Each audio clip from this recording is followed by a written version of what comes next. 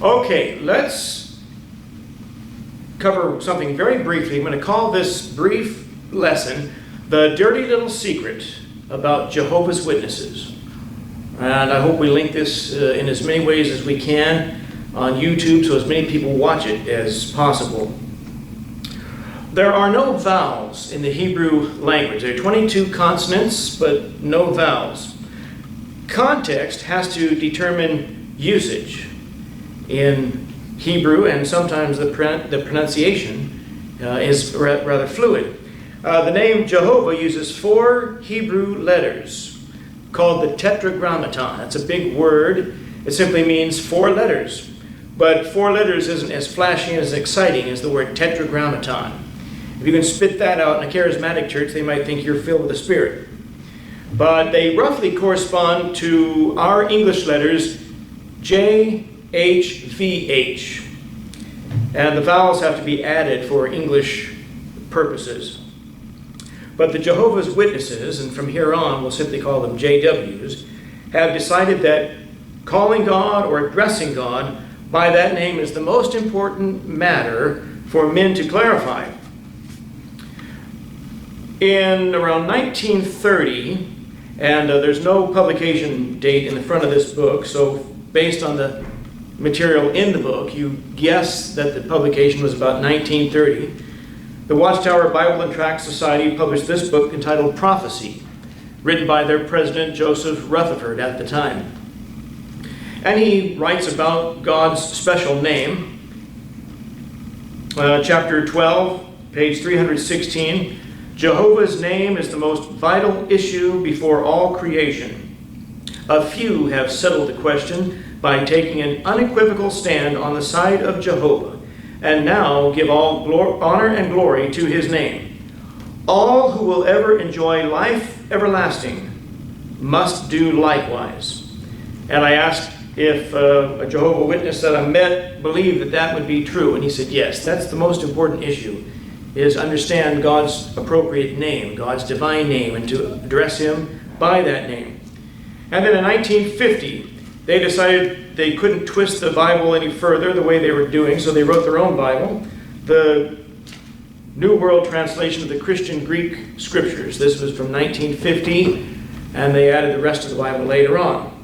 But in the foreword to that book, page 25, they write, while inclining to view the pronunciation as Yahweh, and be more correct way, we have retained the form Jehovah because of people's familiarity with it since the 14th century.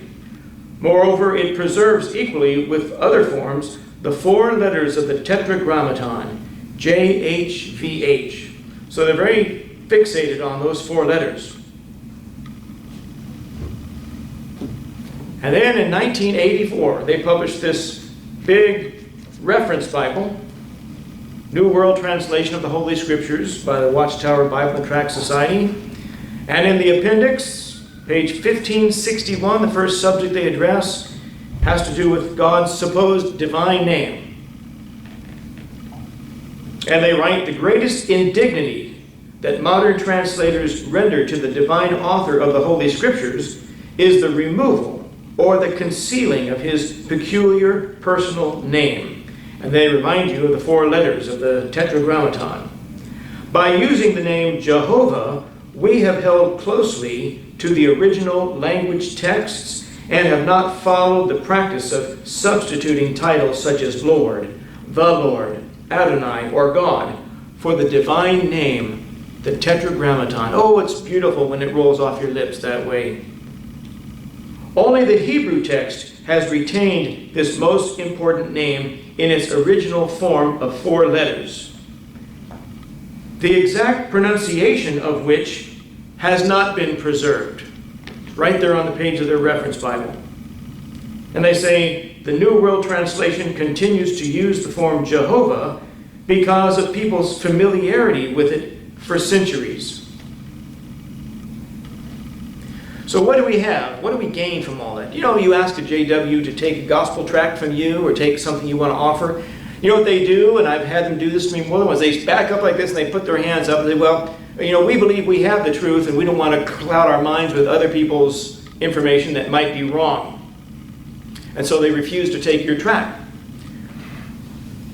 But if you ever read their magazines, the Plain or the Watchtower magazine, and anything else they're offering, all of the articles are written by somebody back in Brooklyn, New York, or wherever the headquarters is, and they write these articles, and they're continually referring to other books. They're continually appealing to other reference materials, dictionaries, encyclopedias, old Bibles, other people's writings about the Bible, other denominational publications. They're continually picking and choosing and comparing all of these things to try to prove their point.